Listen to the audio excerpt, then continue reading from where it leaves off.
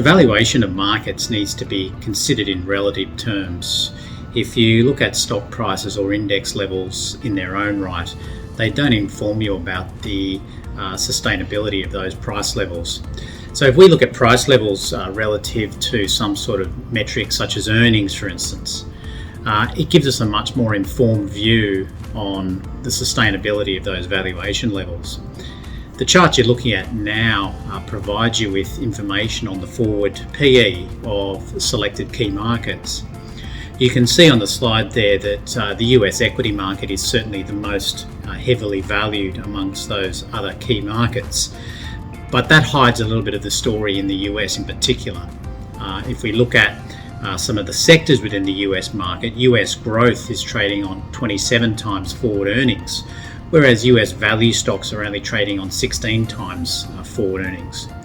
Interestingly, technology stocks as well are also trading on very heavy earnings multiples, currently around 25.7 times. On the flip side, as you can see on the chart there, emerging markets are looking far better from a valuation perspective, only trading at about 12 times forward earnings. In Australia, our headline valuation levels have fallen back to more reasonable levels. In fact, our current PE multiples are trading just over 17 times forward earnings. And that's actually below what we would consider equilibrium, considering the relative easiness of monetary policy here in Australia. So that's a positive sign for valuations here in Australia and suggests that there might be some upside to valuations to bring that relationship between price and monetary policy back in line. Commodity prices have been tied to the global recovery, and they have been surging quite significantly throughout 2020 and 2021.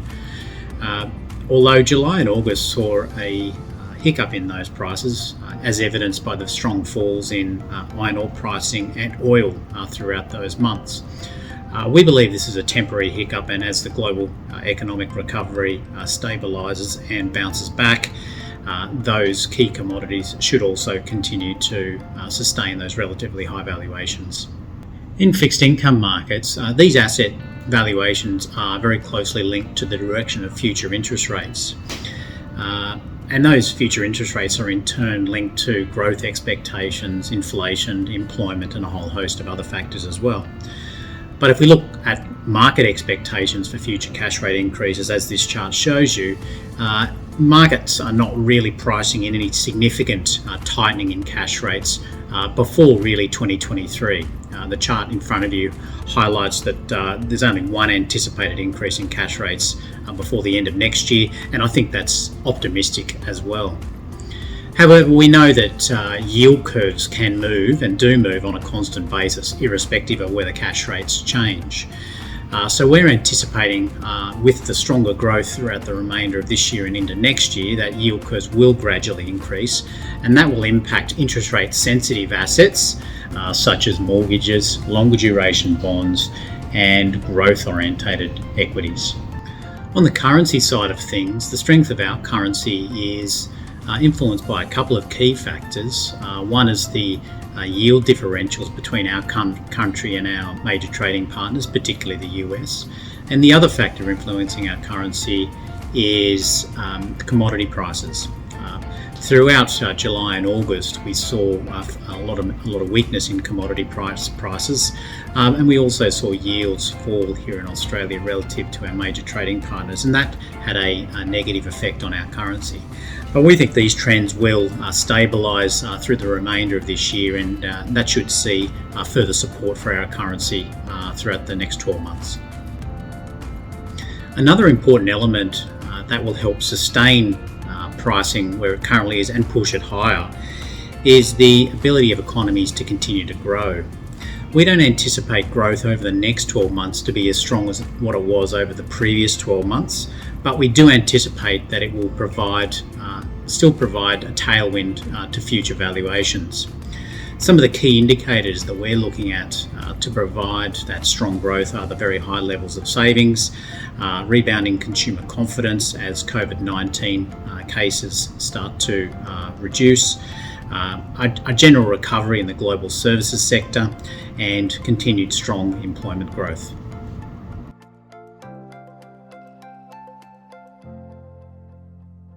The major headwinds affecting markets and causing volatility at the moment is, unsurprisingly, the resurgence in COVID-19. This could be considered the third wave amongst a number of key economies. And that's certainly going to cause an impact on some of the leading indicators for growth, such as PMI measures, which provide an indication of the relative strength of an economy. But it also impacts consumer confidence, and that then impacts consumer spending, which is a very important part of global GDP. Are these going to be longer term issues though, which is the key question? Based on our experience over 2020 and into 2021, we think as vaccination rates rise and COVID numbers peak and start to fall, that the global economy will rebound very strongly. So we don't anticipate this to be a long-term headwind to future growth, albeit it will cause some volatility along the way.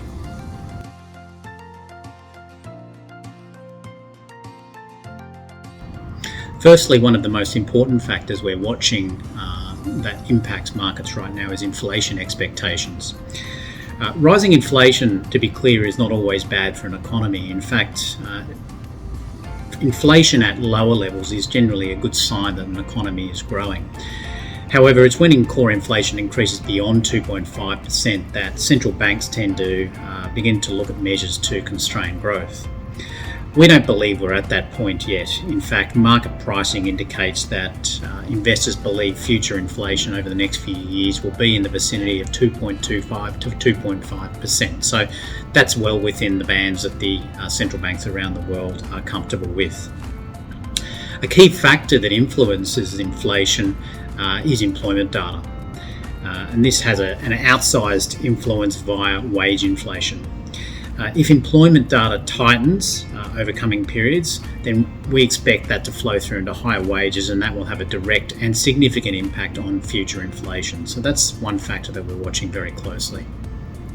Another factor that's been an ongoing concern over the previous 24 months has been increasing geopolitical tensions, particularly between the US and China throughout the South China Sea and associated with Taiwan.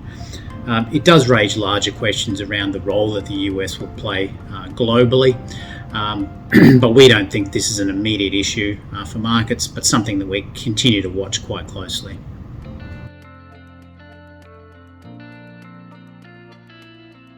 The portfolios are currently positioned to hold a slight overweight to equities in the portfolio based on our slightly more positive outlook for growth.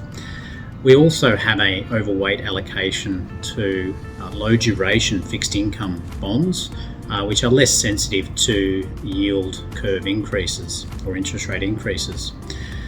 We also prefer value stocks compared to growth stocks because the valuation fundamentals are better in those. For alternatives in the portfolio, we prefer alternatives that enhance return rather than those focused on reducing risk. Emerging markets also look attractive from a valuation perspective. And finally, we think our currency has some upside potential from here. So hedging some of that risk out in your global equity exposure is an important part of the portfolio design.